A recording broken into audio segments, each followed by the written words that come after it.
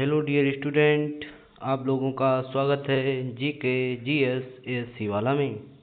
हम लोग पॉलिटी की क्लास में आज मुख्यमंत्री से रिलेटेड क्वेश्चंस को देखेंगे और उनका सही से अध्ययन करेंगे।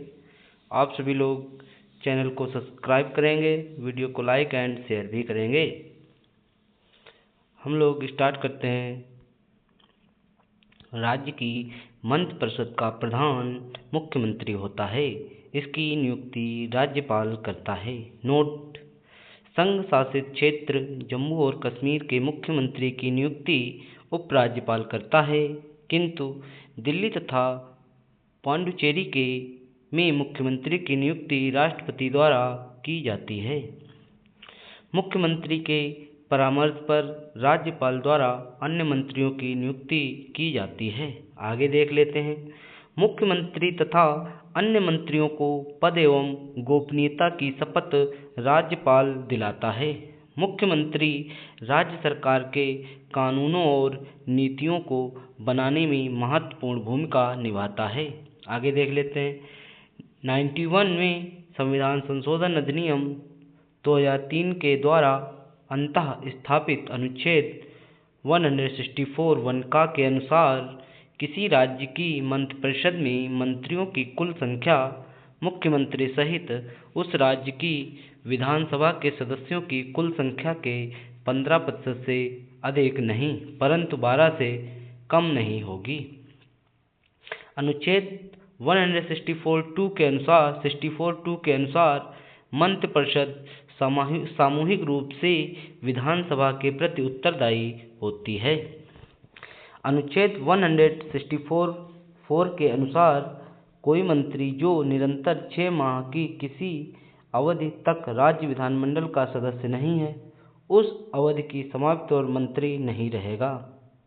जब कभी किसी मंत्री के खिलाफ अविश्वास प्रस्ताव पारित हो जाता है तो पूरी मंत्रिपरिषद को त्याग देना होता है। आगे देख लेते हैं। मुख्यमंत्री मंत्रिपरिषद की बैठकों की अध्यक्षता करता है। अनुच्छेद 167 के अनुसार मुख्यमंत्री प्रशासन एवं विधान संबंधी कार्यों की जानकारी राज्यपाल को देता है। मुख्यमंत्री मंत्रिपरिषद और राज्यपाल के मध्य सूचना आदान प्रदान करने की कड़ी होती है। आगे देख लेते हैं।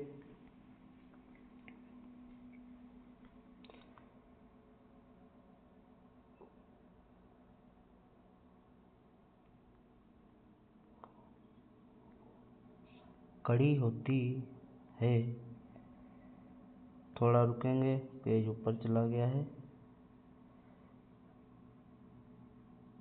कड़ी होती है। अब देख लेते हैं राज्य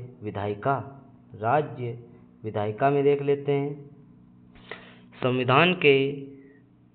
संविधान के भाग 6 के अंतर्गत अध्याय 3 में अनुच्छेद 168 से 212 तक राज्यों के विधानमंडल के बारे में निम्न उल्लेख हैं। राज्य विधानमंडल का निर्माण राज्यपाल और राज्य विधानमंडल के सदन विधानसभा अथवा 2 सदनों विधानसभा और विधान परिषद से मिलकर होता है। Vidhan Parishad legislative council.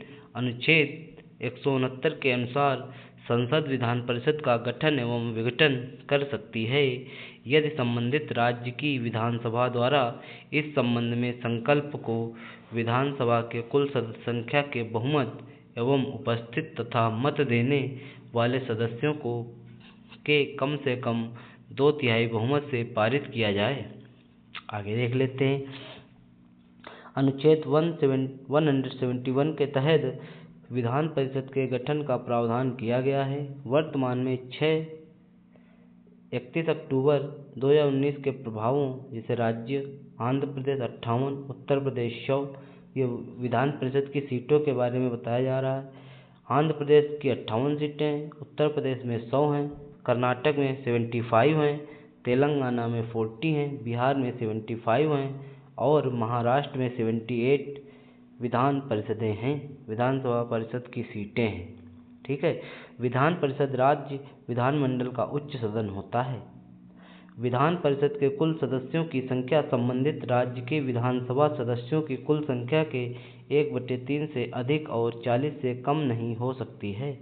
विधान परिषद का सदस्य बनने के लिए न्यूनतम आयु सीमा 30 वर्ष है। अनुच्छेद 172(2) के अनुसार विधान परिषद एक स्थायी सदन है, यह कभी भंग नहीं होता। विधान परिषद के प्रत्येक सदस्य का कार्यकाल 6 वर्ष होता है, परंतु प्रत्येक दूसरे वर्ष 1/3 सदस्य अपना कार्यकाल पूरा करके अवकाश ग्रहण करते हैं और उनके स्थान पर नवीन सदस्य निर्वाचित होते हैं। अनुच्छेद 171(4) के अनुसार विधान परिषद के निर्वाचित सदस्यों का चुनाव अप्रत्यक्ष रूप से आनुपातिक प्रतिनिधित्व पद्धति के अनुसार एकल संक्रमणीय मत द्वारा होता है। विधान परिषद के कुल सदस्यों में से 1/3 सदस्यों का निर्वाचन स्थानीय निकाय के निर्वाचन मंडल द्वारा, 1/3 सदस्यों का निर्वाचन विधानसभा के सदस्यों द्वारा, 1/12 सदस्य माध्यमिक अथवा उससे उच्च महाविद्यालयों में कम से कम 3 वर्ष से शिक्षण कार्य करने वाले अध्यापकों द्वारा, 1/12 सदस्य 3 वर्ष से स्नातक की उपाधि धारण करने वाले स्नातकों द्वारा चुने जाते हैं और शेष 1/6 सदस्यों को राज्यपाल द्वारा मनोनीत किया जाता है, जो कि साहित्य, कला, विज्ञान, सहकारिता, आंदोलन एवं समाज सेवा में विशेष अनुभव रखते हैं। आगे देखते हैं। विधान परिषद के सदस्य अपने में से एक सभापति और एक उपसभापति चुनते हैं। विधान परिषद सभापति और उपसभापति एक दूसरे को संबोधित करके अपना त्याग कर सकते हैं।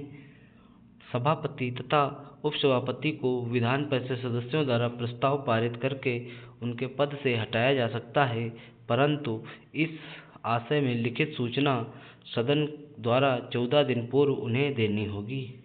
विधानसभा लेजिस्लेटिव असेंबली अनुच्छेद 168 के अनुसार राज्य विधानमंडल का गठन विधान परिषद, विधानसभा और राज्यपाल को मिलकर होगा। प्रत्येक राज्य में विधायी कार्यों के संपादन के लिए विधानसभा का प्रावधान किया गया है। आगे देख लेते हैं।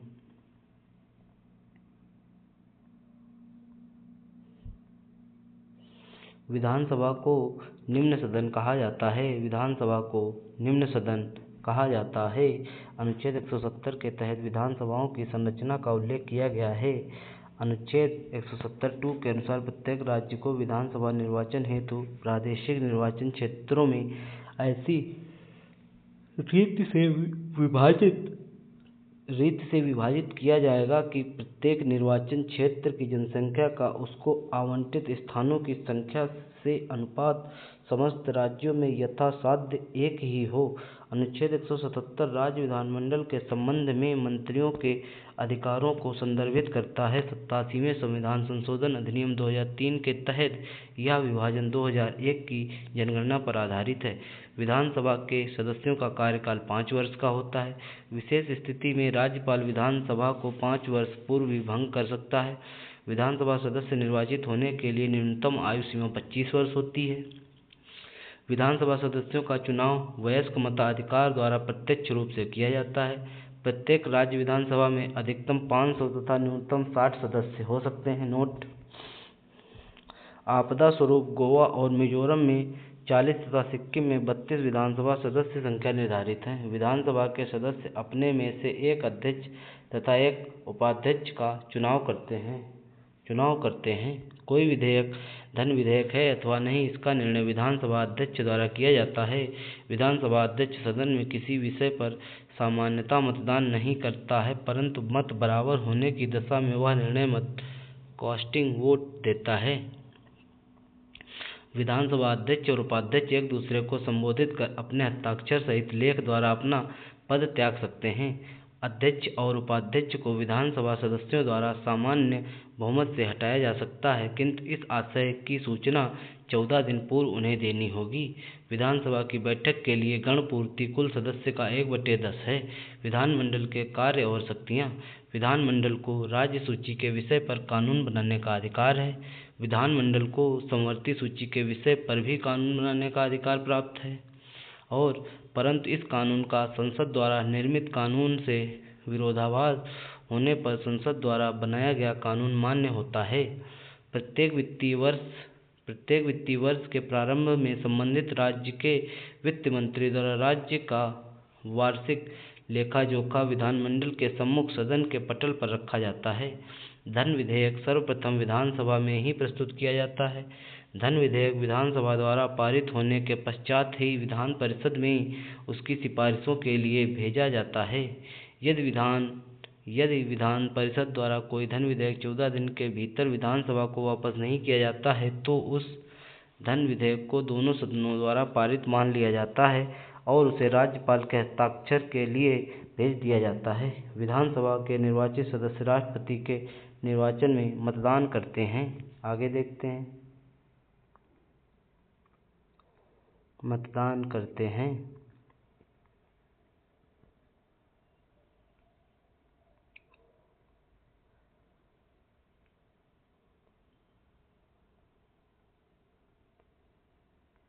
मतदान करते हैं। ठीक है।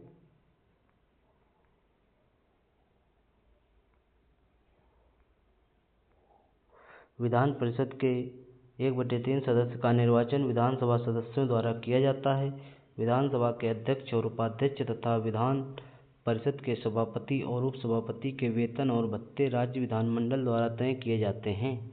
इसमें देख लेते हैं राज्यों, केंद्र शासित प्रदेशों और विधानसभा सदस्यों की संख्या। केंद्र शासित प्रदेश सदस्य जाति, जनजाति और जाति और अनुसूचित जाति और अनुसूचित जनजाति। ठीक है। विधानसभा सदस्य आंध्र प्रदेश में 175, सामान्य जाति 139, अनुसूचित जाति 29, अनुसूचित जनजाति 7। ऐसे ही सभी चार्ट में देख लेंगे। महाराष्ट्र में देख लेते हैं, मध्य प्रदेश में देख लेते हैं 230, 148, 35 और 37। हम लोग उत्तर प्रदेश में देख लेते हैं 403 में से 317 अनुसूचित जाति के लिए, 84 अनुसूचित जनजाति के लिए 2। आगे देखते हैं।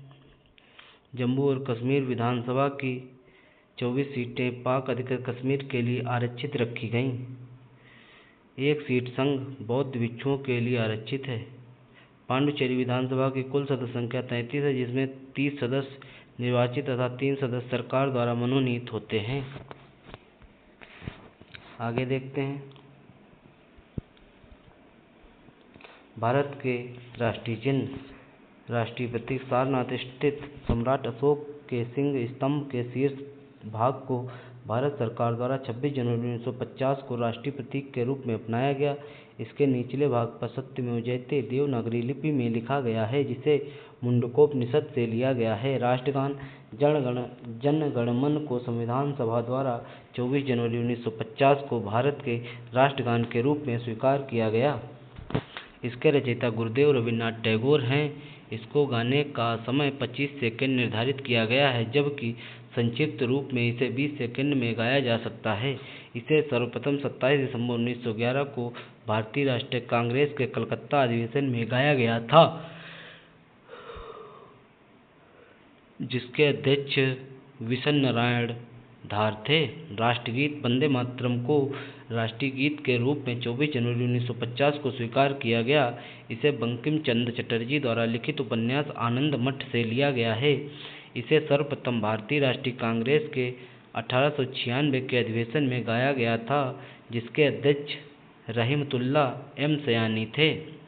राष्ट्रध्वज पिंगली वेंकैया द्वारा भारतीय राष्ट्रीय ध्वज को तैयार किया गया। भारत का राष्ट्रीय ध्वज तिरंगा 3 रंगों की पट्टी में विभाजित आयताकार है। राष्ट्रध्वज के वर्तमान स्वरूप को 22 जुलाई 1947 को अपनाया गया था। तिरंगे में शामिल केसरिया रंग साहस तथा शौर्य का प्रतीक है। सफ़ेद रंग धर्म चक्र के साथ शांति एवं सत्य का एक एवं हरा रंग समृद्धि का प्रतीक है। सफ़ेद पट्टी के बीच में नीले रंग की 24 तीलियां वाला चक्र है, जिसे सम्राट अशोक के सारनाथ स्तंभ से लिया गया है। ध्वज की लंबाई तथा चौड़ाई का अनुपात 3:2 है। राष्ट्रीय कैलेंडर ग्रेगोरियन कैलेंडर के साथ साथ शक संवत पर आधारित राष्ट्रीय पंचांग को 22 मार्च 1957 को अपनाया गया था। इसका पहला महीना चैत्र और अंतिम माह फाल्गुन होता है। चैत्र माह सामान्य वर्ष में 22 मार्च को तथा लीप ईयर में 21 मार्च को शुरू होता है। भारत का राष्ट्रीय पशु बाघ पैंथेरा टाइग्रिस को घोषित किया गया। पावोक्स्टेटस को राष्ट्रीय पक्षी का दर्जा दिया गया। भारत सरकार द्वारा वर्ष 2008 में गंगा नदी को राष्ट्रीय नदी के रूप में घोषित किया गया। राष्ट्रीय जलीय जीव के रूप में गंगेटिक डॉल्फिन को मान्यता प्रदान की गई। हाथी को राष्ट्रीय विरासत पशु का दर्जा प्रदान किया गया। कमल को राष्ट्रीय पुष्प, आम को राष्ट्रीय फल और बरगद को राष्ट्रीय वृक्ष के रूप में मान्यता प्राप्त है। केंद्र सरकार द्वारा राज्य सरकार में दिए गए उत्तर के अनुसार इस संदर्भ में हालांकि कोई अधिसूचना जारी नहीं की गई। ठीक है, अब देख लेते हैं पंचायती राज्य देख लेते हैं।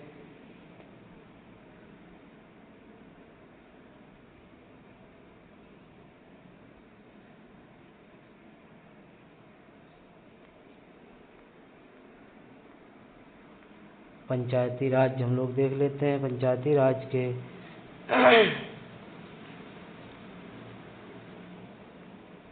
ठीक है, स्टार्ट करते हैं पंचायती राज।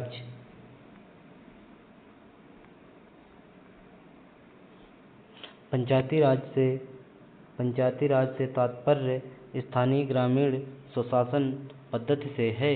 भारतीय संविधान के नीति निर्देशक तत्वों के अंतर्गत अनुच्छेद 40 के तहत ग्राम पंचायतों के गठन हेतु प्रावधान उल्लिखित है।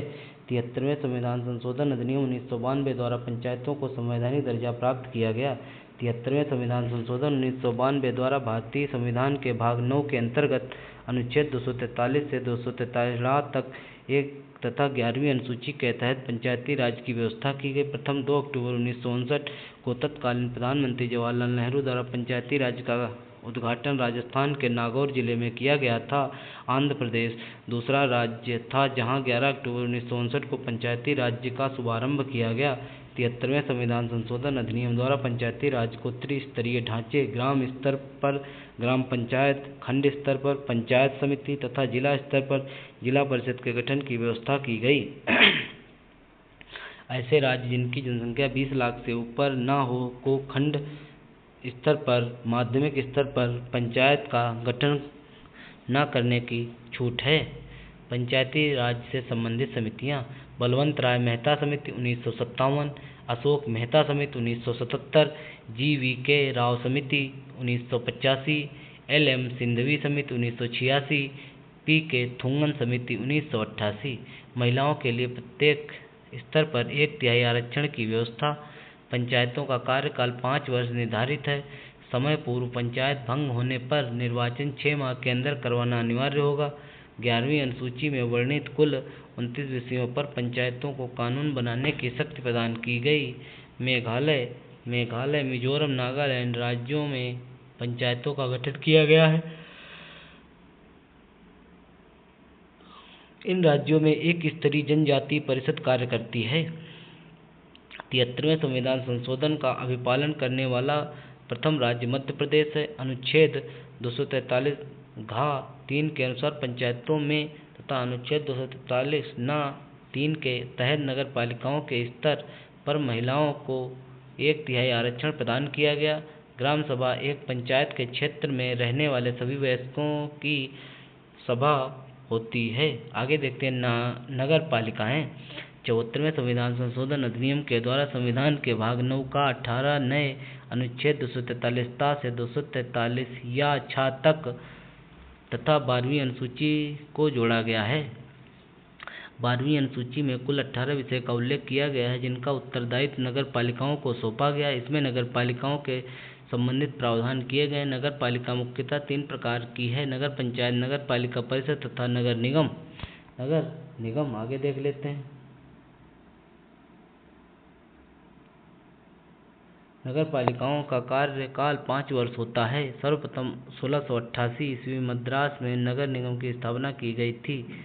लॉर्ड रिपन को भारत में स्थानीय स्वशासन का पिता कहा जाता है।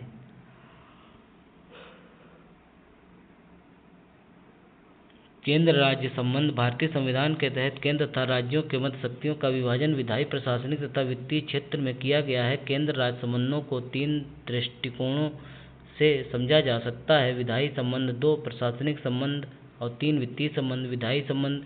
भारतीय संविधान के भाग 11 के अंतर्गत अनुच्छेद 245 से 255 तक केंद्र राज्य से संबंधित विधायी संबंधों का उल्लेख किया गया है। अनुच्छेद 245 के अनुसार संसद भारत के संपूर्ण राज्य क्षेत्र या उसके किसी भाग के लिए विधि बना सकेगी और किसी राज्य का विधानमंडल संपूर्ण राज्य या उसके किसी भाग के लिए विधि बना सकेगा। संविधान की 7वीं अनुसूची में केंद्र तथा राज्यों के मध्य शक्तियों के विभाजन से संबंधित 3 सूचियां, एक संघ सूची, राज्य सूची तथा समवर्ती सूची का उल्लेख है। संघ सूची। इसमें ऐसे विषय शामिल हैं जिन पर कानून बनाने का अधिकार संसद को है। इस सूची में मूलतः 97 विषय वर्तमान 98 हैं, जिनमें रक्षा, डाक संचार, बैंक, विदेश व्यापार, विदेशी मामले, रेल, वायु तथा जल परिवहन, नागरिकता का प्रमुख है। ठीक है। राज्य सूची। इसमें एक विषय शामिल है जिन पर कानून बनाने का अधिकार राज्य विधानमंडलों को है। इस सूची में मूलतः 66 वर्तमान में 59 वर्षीय विषय शामिल हैं। इसमें कृषि कारागार, भू राजस्व, लोक व्यवस्था, पुलिस सुशासन, स्थायी शासन आदि विषय। समवर्ती सूची। इस सूची में सम्मिलित विषयों पर केंद्र तथा राज्य दोनों कानून बना सकते हैं। दोनों कानूनों में गतिरोध होने पर केंद्र द्वारा निर्मित कानून मान्य होगा। इसमें मूलतः 47 वर्तमान में 52 विषय शामिल हैं, जिसमें जनसंख्या नियंत्रण, परिवार नियोजन, शिक्षा, सामाजिक एवं आर्थिक योजनाएं आदि शामिल हैं। भारतीय संविधान अनुसूची 7 के अनुसार जनगणना संघ का विषय है। अनुच्छेद 247 के तहत संसद को अधिकार है कि वह संघ सूची के विषय से संबंधित विधि के संदर्भ में अधिक अच्छे प्रशासन हेतु कुछ अतिरिक्त न्यायालयों की स्थापना कर सकती है। इसके अतिरिक्त अवशिष्ट सूची में वे विषय शामिल हैं जो कि संघ सूची, राज्य सूची और समवर्ती सूची में शामिल नहीं होते। इन विषयों को केंद्र सरकार कानून बनाती है। संविधान के अनुच्छेद 248 के अनुसार अवशिष्ट विधायी शक्तियां संघीय संसद को सौंपी गई हैं। संसदीय चुनाव, राष्ट्रपति और उपराष्ट्रपति के चुनाव और चुनाव आयोग भारत के संविधान की संघ सूची के अंतर्गत आते हैं।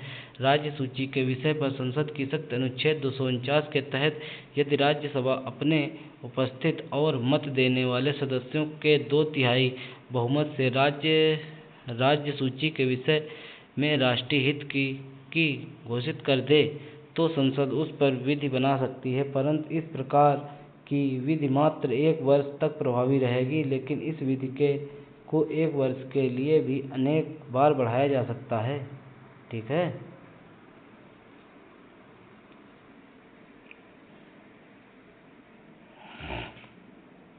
अनेक बार बढ़ाया जा सकता है। अनुच्छेद 250 के तहत आपात के समय संसद को राज्य सूची के विषयों में कानून बनाने का अधिकार प्राप्त है। अनुच्छेद 251 के अनुसार यदि संसद द्वारा अनुच्छेद 249 और 250 के अधीन बनाई गई विधियों और राज्यों के विधानमंडलों द्वारा बनाई गई विधियों में असंगति पाई जाती है तो संसद द्वारा निर्मित विधि प्रभावी होगी।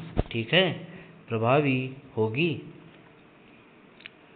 अनुच्छेद 252 के तहत 2 या अधिक राज्यों के लिए उनकी सहमति से विधि बनाने की संसद की शक्ति और ऐसी विधि का कोई अन्य राज्य द्वारा अंगीकार किया जाना उल्लिखित है। अनुच्छेद 253 के तहत संसद को अंतर्राष्ट्रीय करारों को प्रभावी करने के लिए भारत के संपूर्ण राज्य क्षेत्र या उसके किसी भाग के लिए कोई विधि बनाने की शक्ति प्रदान की गई।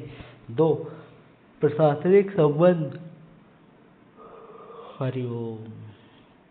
भारतीय संविधान के भाग 11 के अंतर्गत ही अनुच्छेद 256 से 263 तक केंद्र राज्य प्रशासनिक संबंधों का उल्लेख है। अनुच्छेद 256 के अनुसार प्रत्येक राज्य की कार्यपालिका शक्ति का इस प्रकार प्रयोग किया जाएगा जिससे संसद द्वारा निर्मित विधियों का अनुपालन सुनिश्चित रहे और संघ की कार्यपालिका शक्ति का विस्तार किसी राज्य को ऐसे निर्देश देने तक होगा जो भारत सरकार को इस नियोजन के लिए आवश्यक प्रतीत हो। अनुच्छेद 257 के तहत संघ सरकार कुछ दशाओं में राज्य पर नियंत्रण रखती है। इस अनुच्छेद के अनुसार प्रत्येक राज्य की कार्यपालिका शक्ति का प्रयोग इस प्रकार किया जाएगा जिससे संघ की कार्यपालिका शक्ति का प्रयोग प्रभावी न हो और संघ की कार्यपालिका शक्ति का विस्तार किसी राज्य को ऐसे निर्देश देने तक होगा जो भारत सरकार को इस प्रयोजन हेतु आवश्यक प्रतीत हो। अनुच्छेद 258 के अनुसार राष्ट्रपति किसी राज्य सरकार की सहमति से उस सरकार को या उसके अधिकारियों को ऐसे किसी विशेष संबंधित कृत्य जिन पर संघ की कार्यपालिका शक्ति का विस्तार है सशर्त या बिना शर्त सौंप सकेगा। अनुच्छेद 258 का के अनुसार किसी राज्य का राज्यपाल भारत सरकार की सहमति से उस सरकार को या उसके अधिकारियों को ऐसे विषय से संबंधित कृत्य जिन पर उस पर कार्यपालिका शक्ति का विस्तार है सशर्त या बिना शर्त सौंप सकेगा। अनुच्छेद 262 के तहत दो या दो से अधिक राज्यों के मध्य अंतर्राज्यीय नदियों के जल के बंटवारे से संबंधित विवादों के निपटारे से संबंधित प्रावधान किए गए हैं। अनुच्छेद 263 के तहत राष्ट्रपति अंतर्राज्यीय परिषद का गठन कर सकता है। अनुच्छेद इसका प्रमुख कार्य केंद्र और राज्यों के बीच समन्वय स्थापित करना होता है। इसकी स्थापना पहली बार वर्ष 1990 में हुई थी। प्रधानमंत्री तथा उसके द्वारा मनोनीत 6 कैबिनेट स्तर के मंत्री सभी राज्यों व संघ शासित प्रदेशों के मुख्यमंत्री और प्रशासक इसके सदस्य होते हैं। इस परिषद की अब तक 11 बैठकें हो चुकी। इस बैठक की अध्यक्षता प्रधानमंत्री करता है।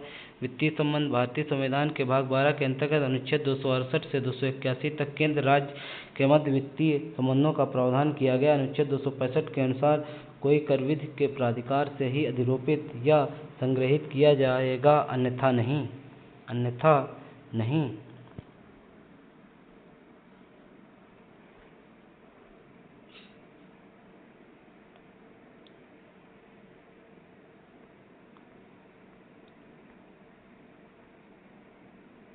ठीक है, आगे देख लेते हैं। भारतीय संविधान के अनुच्छेद 266 के तहत संचित निधि की व्यवस्था है। इस निधि से संसद की अनुमति के बाद ही धन की निकासी की जा सकती है। राष्ट्रपति समेत कई अन्य पदाधिकारियों के वेतन व भत्ते संचित निधि पर ही भारित होते हैं। भारतीय संविधान के अनुच्छेद 267 के अनुसार एक आकस्मिक निधि की व्यवस्था की गई है। राष्ट्रपति की अनुमति से विशेष परिस्थितियों में इस निधि की निकासी की जा सकती है। अनुच्छेद 281 के तहत राष्ट्रपति वित्त आयोग द्वारा की गई प्रत्येक सिफारिश को उस पर की गई कार्यवाहियों के स्पष्टीकारक ज्ञापन सहित संसद के प्रत्येक सदन के समक्ष रखवाएगा। केंद्र राज्य संबंधों पर विचार करने के लिए न्यायमूर्ति R.S.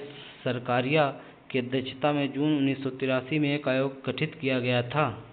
V. शिवरामन तथा S.R. सेन इसके अन्य 2 सदस्य थे। इस आयोग ने जनवरी 1988 में अपनी रिपोर्ट सौंपी थी। केंद्र राज्य संबंधों से संबंधित अन्य उद्योगों समितियों में राज्य भंडार समिति 1969 तथा पंछी आयोग 2007 शामिल है। आज की क्लास को हम लोग यहीं पे समाप्त करते हैं। मिलते हैं नेक्स्ट पार्ट में। आप लोग इस क्लास को अच्छे से देखेंगे और 2 बार रिवीजन करेंगे कम से कम, तब ये अच्छे से समझ में आएगी। आशा करते हैं आप लोग सुस्त होंगे, अपनी तैयारी को अच्छी और बेहतर कर रहे होंगे। मिलते हैं नेक्स्ट पार्ट में जल्दी। Thank you. अगले पार्ट में नीति आयोग से क्वेश्चन को देखेंगे। Thank you.